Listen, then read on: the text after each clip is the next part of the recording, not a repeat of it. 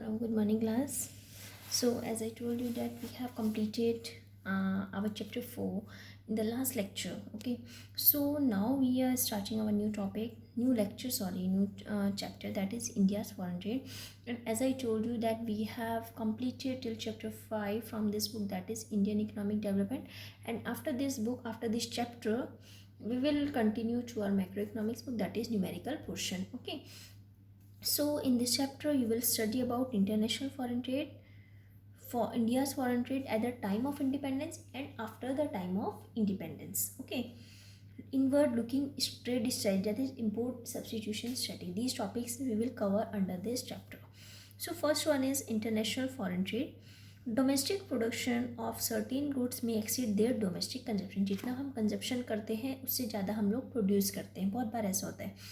तो जो ठीक है, कंट्री क्या करती है, उसने हमारा कंजप्शन तो कम हो रहा है लेकिन प्रोडक्शन ज़्यादा हो रहा है. हमने प्रोडक्शन ज़्यादा किया है, कंजप्शन कम हो रहा है, तो जो सरप्लस बचा है, एक्स्ट्रा बचा है, तो उसका कंपनी क्या करती है, कंट्री क्या करती है, it exports it's other countries and money. अब क्या करती है, वो उसको एक्सपोर्ट करती है दूसरी कंट्रीज में और पैसे कमाती है. Every country in the world exports certain goods and import certain others. हर एक कंट्री एक्सपोर्ट करती है कुछ गुड्स को और इम्पोर्ट करती है कुछ गुड बाहर से, जहाँ पे जिसका प्रोडक्शन होता है. ठीक है, so export and import of goods and services across different countries is called international trade. उसी को हम फॉरेन ट्रेड बोलते हैं, यानी कि इंटरनेशनल ट्रेड बोलते हैं, जो एक्सपोर्ट और इम्पोर्ट होता है गुड्स एंड सर्विसेज का. ठीक है, in the context of international trade observe the following points. अगर हम इंटरनेशनल ट्रेड की बात करते हैं तो कुछ पॉइंट्स हैं, जैसे while international trade is based on the international specialisation. International specialisation is based on the principle of comparative cost advantage. अगर हम लोग ठीक है इंटरनेशनल ट्रेड करते हैं और हम लिखते हैं कि भाई मेन स्पेशलाइजेशन क्या होता है, तो मेन स्पेशलाइजेशन किस बेस पे होता है, कॉस्ट. कहाँ पे कॉस्ट उनको सही पड़ती है. ठीक है, country specialize in the production of that good which it can be produced at cost lower than in other country.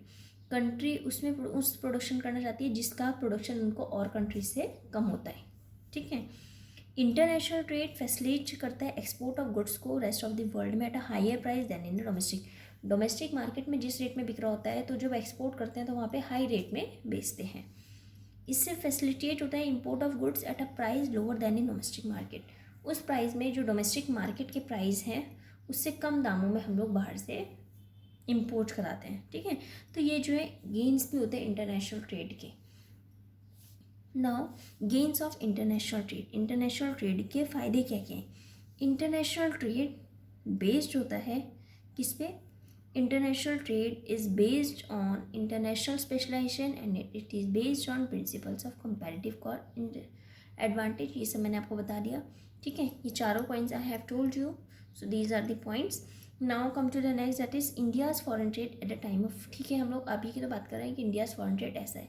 अगर मैं इंडियाज़ फॉरेन ट्रेड की बात करती हूँ कि at the time of independence कैसा था, सो सी